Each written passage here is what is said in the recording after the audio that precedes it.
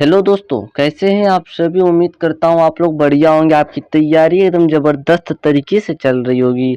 तो आज हम फिर से लाया हूँ आपके लिए आरआरबी ग्रुप डी 2025 के लिए previous year question GK GS के, जो कि अत्यंत महत्वपूर्ण होगा मेरे प्यारे दोस्तों। इसलिए ज़रूर देखिएगा पूरा वीडियो जब तक कि वीडियो पूरा ख़त्म ना हो जाए, और इसे ज़्यादा से ज़्यादा शेयर भी कीजिएगा इस वीडियो को।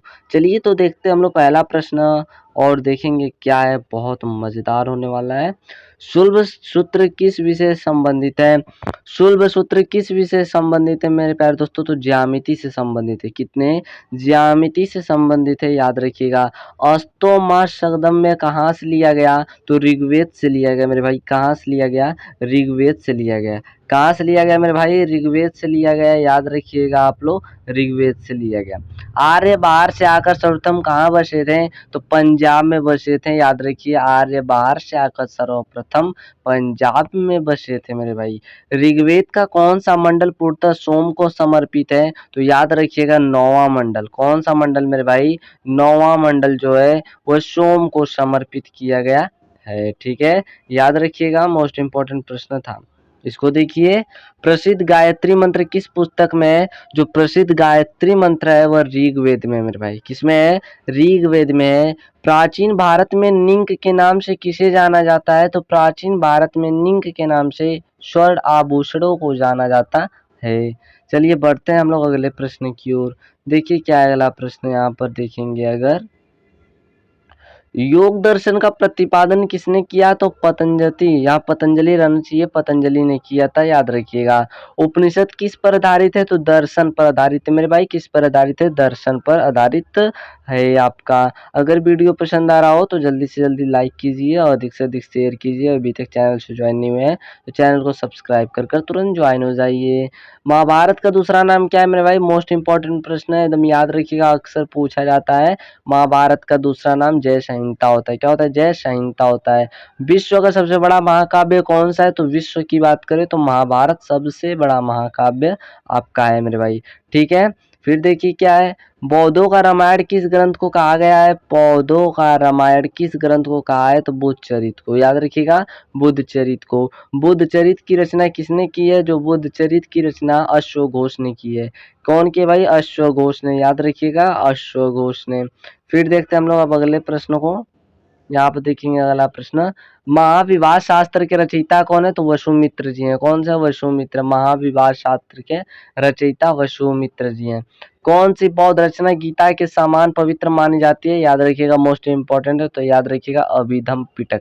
अभिधम पिटक ऐसी जो गीता के समान ही पवित्र मानी जाती है मेरे भाई। अब की बार ग्रुप डी पार, अब की बार सीधे ग्रुप डी परिवार होना चाहिए मेरे भाई, सीधे सीधे। ठीक है, योगाचार या विज्ञानवाद के प्रतिपादक कौन थे? तो मैत्रेयनाथ थे, याद रखिएगा, मैत्रेयनाथ थे। किसने कृष्ण को हेराक्लीज कहा था? तो मेगास्थनीज ने कृष्ण को हेराक्लीज कहा था, याद रखिएगा, मोस्ट इंपॉर्टेंट है, जो पूछा गया है और अक्सर पूछे जाएंगे। इस्लाम धर्म के संस्थापक कौन थे? तो हजरत मोहम्मद साहब थे, याद रखिएगा, हजरत मोहम्मद साहब थे। मोहम्मद साहब का जन्म कब और कहाँ हुआ था? तो 570 ईसा में मक्का में हुआ था। 570 ईसा पूर्व में मक्का में हुआ था, याद रखिएगा, मोस्ट इंपॉर्टेंट प्रश्न थे। फिर देखते हैं हम लोग इसके बाद क्या है। मोहम्मद साहब के जन्मदिन पर कौन सा पर्व मनाया जाता है? तो ईद मिलाद उल नबी मनाया जाता है, याद रखिएगा, ईद मिलाद उल नबी मनाया जाता है। पारसी धर्म का प्रमुख ग्रंथ कौन सा है मेरे भाई? तो जैन अवेस्ता पारसी धर्म का प्रमुख ग्रंथ है। बढ़ते हैं अगले प्रश्न की ओर। देखिए अगला प्रश्न क्या है। मीर जाफर ने बंगाल की गद्दी किस वर्ष छोड़ी थी? तो याद रखिएगा 1760 ईस्वी में मीर जाफर ने बंगाल की गद्दी को छोड़ दिया था। इसके बाद देखेंगे टीपू की मृत्यु कब हुई थी? तो 1799 ईस्वी में टीपू की मृत्यु हुई थी। अगले प्रश्न की ओर देखिए क्या अगला प्रश्न आपका। गुलाम वंश को और किन नामों से जाना जाता है मेरे भाई? तो इलबारी, ममलुक तथा दास वंश के नाम से जाना जाता है। 3 नाम है, इलबारी के भी नाम से, ममलुक के भी नाम से, दास वंश के नाम से। दिल्ली का पहला तुर्क शासक किसे माना जाता है? तो कुतुबुद्दीन ऐबक को दिल्ली का पहला तुर्क शासक माना जाता है, याद रखिएगा, मोस्ट इंपॉर्टेंट प्रश्न किया जा रहा है। किसकी मृत्यु के बाद कुतुबुद्दीन ने स्वयं को लाहौर का स्वतंत्र शासक घोषित किया? तो मोहम्मद गौरी। ठीक है, याद रखिएगा, मोहम्मद गौरी। इसके बाद देखते हैं अगले प्रश्न की ओर। देखिए अगला प्रश्न आपको क्या दिख रहा है यहाँ पर। किस सेनापति की मदद से कुतुबुद्दीन ने बंगाल को अपने अधीन किया था? तो याद रखिए कैमाजी रूमी, कैमाजी रूमी की मदद से। ठीक है। कुतुबुद्दीन ने बंगाल का सूबेदार किसे नियुक्त किया था? तो मदरन खां को नियुक्त किया था, याद रखिएगा। ठीक है। देखते हैं हम लोग अगला प्रश्न को। कुतुबुद्दीन ऐबक को उसकी उदारता की वजह से क्या कहा जाता है? तो लाख बख्श कहा जाता है। ठीक है। क्या कहा जाता है मेरे भाई? लाख बख्श कहा जाता है, याद रखिएगा कुतुबुद्दीन ऐबक को। कुतुब मीनार किसने बनवाया था? तो कुतुबुद्दीन ऐबक ने कुतुब मीनार बनवाया था, याद रखिएगा। ठीक है प्यारे दोस्तों, देखिए अगला प्रश्न क्या है यहाँ पर। कुतुब मीनार की ऊंचाई कितनी है? तो याद रखिएगा 234 फुट है। कितनी है मेरे भाई? 234 फुट है। दिल्ली में कोलत उल इस्लाम मस्जिद और अजमेर में 2.5 दिन का झोपड़ा किसने बनाया था? तो कुतुबुद्दीन ऐबक ने ही बनवाया था, याद रखिएगा। मोस्ट इंपॉर्टेंट प्रश्न था। इसके बाद देखेंगे इस प्रश्न को। तो ऐबक का मकबरा कहाँ स्थित है मेरे भाई? जल्दी से बताइए। ऐबक का मकबरा लाहौर में स्थित है। कुतुबुद्दीन ऐबक की मौत के बाद किसे दिल्ली का शासक बनाया गया? तो आराम शाह को बनाया गया था कुतुबुद्दीन के मृत्यु के बाद।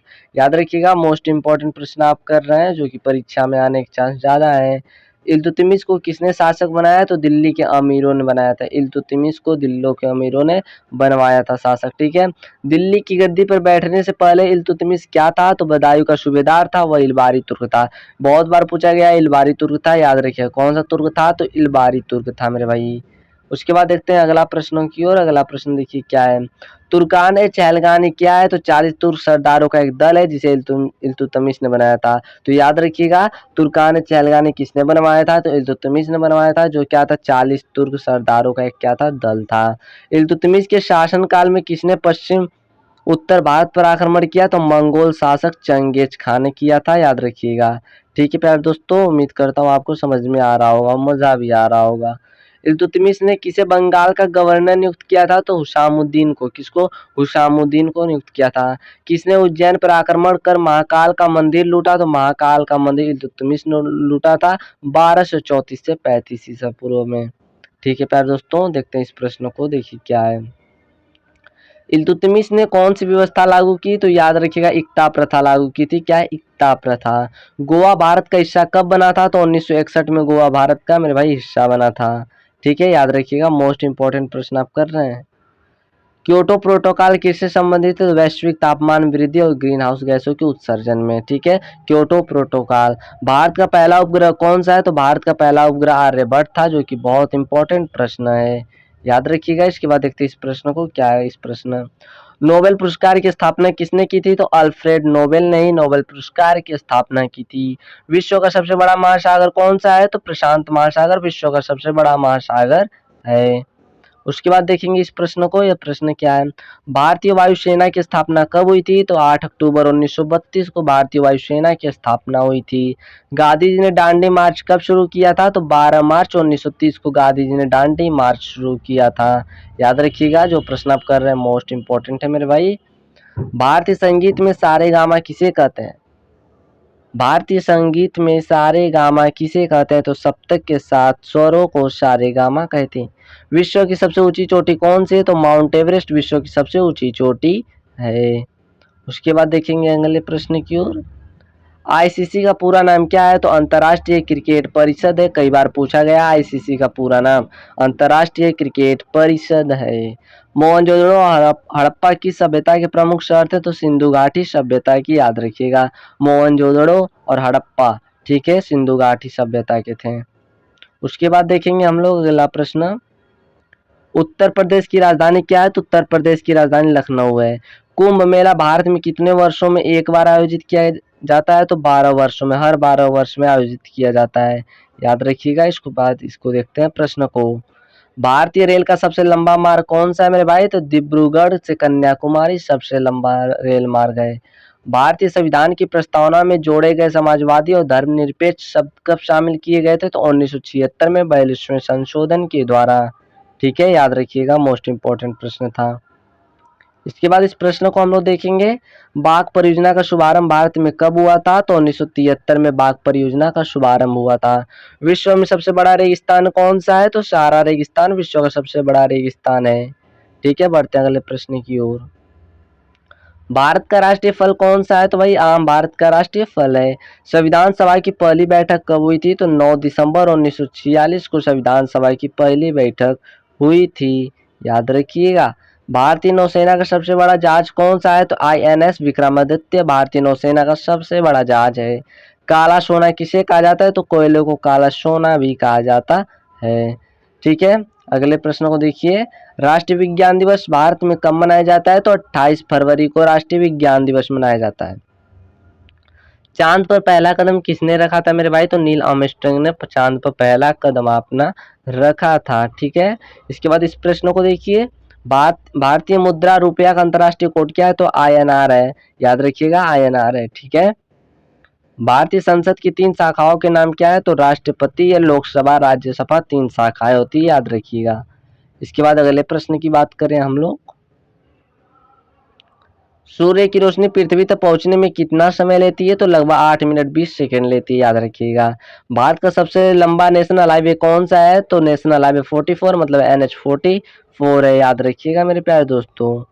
अगले प्रश्न की बात करें, इस प्रश्न को देखिए। यूनेस्को का पूरा नाम क्या है? तो संयुक्त राष्ट्र शैक्षिक वैज्ञानिक और सांस्कृतिक संगठन है। महाभारत की रचना किसने की थी? तो वेदव्यास ने महाभारत की रचना की थी। ठीक है, बढ़ते हम लोग अगले प्रश्न की ओर। ग्रीन हाउस गैसों का मुख्य स्रोत क्या है? तो जीवाश्म ईंधन का दहन है। भारतीय सेना का मुख्यालय कहाँ स्थित है? तो नई दिल्ली में। मेरे प्यारे दोस्तों, अगर वीडियो आपको पसंद आ रहा हो तो जल्दी से चैनल को जाइए और चैनल को सब्सक्राइब कर लीजिए, और वीडियो को अभी तक लाइक नहीं किए तो जल्दी से जल्दी 100 लाइक पूरा कीजिए मेरे प्यारे दोस्तों। हर एक लोग से मुझे 1 लाइक चाहिए। ठीक है मेरे प्यारे दोस्तों, बढ़ते हम लोग अब अगले प्रश्न की ओर। देखिए कैसा प्रश्न है। विश्व जल दिवस कब मनाया जाता है? तो 22 मार्च को विश्व जल दिवस मनाया जाता है। भारतीय स्वतंत्रता दिवस किस तारीख को मनाया जाता है? तो 15 अगस्त को भारतीय स्वतंत्रता दिवस मनाया जाता है। इसके बाद देखेंगे, इसकी बात करेंगे हम लोग। भारतीय रिजर्व बैंक की स्थापना कब हुई थी? तो 1 अप्रैल 1935 को भारतीय रिजर्व बैंक की स्थापना हुई थी। क्यूटी मीनार किसने बनवाया था? तो कुतुबउद्दीन ऐबक ने बनवाया था, याद रखिएगा मेरे प्यारे दोस्तों।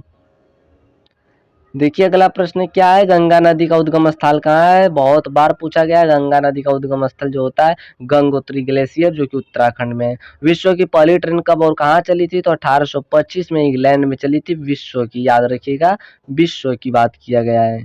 यहाँ पर अगले प्रश्न की बात करें, भारत रत्न पुरस्कार की शुरुआत कब हुई थी? तो 1954 में भारत रत्न की पुरस्कार की शुरुआत हुई थी। राष्ट्रीय खेल दिवस भारत में कब मनाया जाता है? तो 29 अगस्त को राष्ट्रीय खेल दिवस मनाया जाता है। ठीक है, मजेदार प्रश्न है कि नहीं, जल्दी से कमेंट बॉक्स में बताइए मुझे। ताजमहल को किसने बनवाया था? तो शाहजहां ने ताजमहल को बनवाया था। यूनेस्को विश्व धरोहर स्थलों की सूची में भारत की कितने स्थल हैं? तो उम्मीदवार इस प्रश्न का उत्तर नवीनतम सूचना के आधार पर जा सकती है, क्योंकि संख्या बदल भी सकती है। ठीक है, इसको आप याद रखिएगा। रामनाथ कोविंद भारत के कौन से नंबर के राष्ट्रपति थे? तो 14वें नंबर के राष्ट्रपति थे, याद रखिएगा। भारतीय संविधान में मूल रूप से कितने भाग है? तो कुल 22 भाग थे, याद रखिएगा मेरे प्यारे दोस्तों। इसके बाद बढ़ते हम लोग अगले प्रश्न की ओर। इंडियन नेशनल कांग्रेस की स्थापना कब हुई थी? तो 1885 में इंडियन नेशनल कांग्रेस की स्थापना हुई थी। भारतीय संविधान का सबसे लंबा भाग कौन सा है? तो भाग 3 जो मौलिक अधिकारों को संबोधित करता है। फिर अगले प्रश्न की बात करें, इस प्रश्न को देखिए क्या है। संयुक्त राष्ट्र संघ यूएनए की स्थापना कब हुई थी? तो 24 अक्टूबर 1945 को हुई थी। भारतीय सिनेमा का जनक किसे माना जाता है? तो दादा साहेब फाल्के को माना जाता है मेरे भाई। इसके बाद इस प्रश्न को देखा जाए, मंगलयान मिशन कब लॉन्च किया गया? तो 5 नवंबर 2013 को मंगलयान मिशन लॉन्च किया गया। भारत में पहला टीवी प्रसारण कब हुआ था? तो 15 सितंबर 1959 को पहला टीवी प्रसारण हुआ था। ठीक है, इसके बाद इसको देखा जाए। देखिए इस प्रश्न को क्या है। भारत का सबसे बड़ा राज्य कौन सा है? तो राजस्थान भारत का सबसे बड़ा राज्य है। विश्व वन्य जीव दिवस कब मनाया जाता है? तो 3 मार्च को विश्व वन दिवस मनाया जाता है मेरे भाई, याद रखिएगा। ठीक है, बढ़ते हैं अगले प्रश्न की ओर। देखिए क्या है। भारत की पहली महिला प्रधानमंत्री कौन थी? तो इंदिरा गांधी भारत की पहली महिला प्रधानमंत्री थी। भारत का राष्ट्रीय पक्षी कौन सा है? तो मोर भारत का राष्ट्रीय पक्षी है। ठीक है, याद रखिएगा। बॉम्बे स्टॉक एक्सचेंज BSE की स्थापना कब हुई थी? 1875 में हुई थी। आजाद हिंद फौज की स्थापना किसने की थी? सुभाष चंद्र बोस जी ने किया था। ठीक है, याद रखिएगा। उसके बाद इस प्रश्न को देखें, भारत की पहली मेट्रो सेवा कहाँ शुरू हुई थी? तो कोलकाता में शुरू हुई थी, याद रखिएगा। भारतीय संविधान को हस्तलिखित किस भाषा में तैयार किया गया? तो अंग्रेजी और हिंदी भाषा में तैयार किया गया था।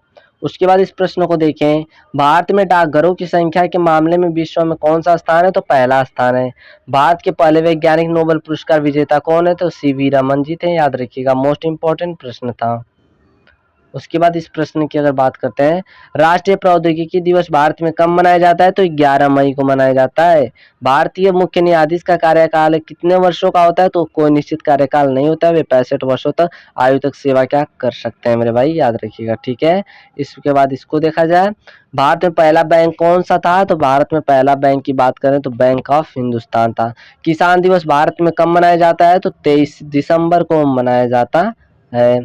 ठीक है, इस प्रश्न को देखिए, सबसे लंबी नदी जो पूरे तरह से भारत के अंदर बहती है कौन सी है? तो गोदावरी नदी भारत में बात की गई सबसे लंबी नदी है। तो उम्मीद करता हूँ आज का ये वीडियो बहुत पसंद आया होगा मेरे प्यारे दोस्तों। अगर पसंद आया होगा तो जल्दी से जाइए वीडियो को लाइक कीजिए, कमेंट कीजिए, और अभी तक चैनल को सब्सक्राइब नहीं किए तो चैनल को सब्सक्राइब कर तुरंत बेल आइकॉन की घंटी को ऑन कीजिए। ऐसे ही वीडियो प्राप्त करने के लिए हमारे इस चैनल पर सिर्फ जीके जीएस के ही वीडियो नहीं उपलब्ध कराए जाते, बल्कि रीजनिंग के भी वीडियो क्या किए जाते हैं मेरे भाई, उपलब्ध कराए जाते हैं। रीजनिंग हुआ, मैथ हुआ, जीके जीएस हुआ, और इंग्लिश के भी। तो जल्दी से जाइए, चैनल से ज्वाइन हो जाइए। आपको सिलेक्शन पाना है तो मेहनत तो करना पड़ेगा। धन्यवाद, मिलते हैं फिर हम नेक्स्ट वीडियो में।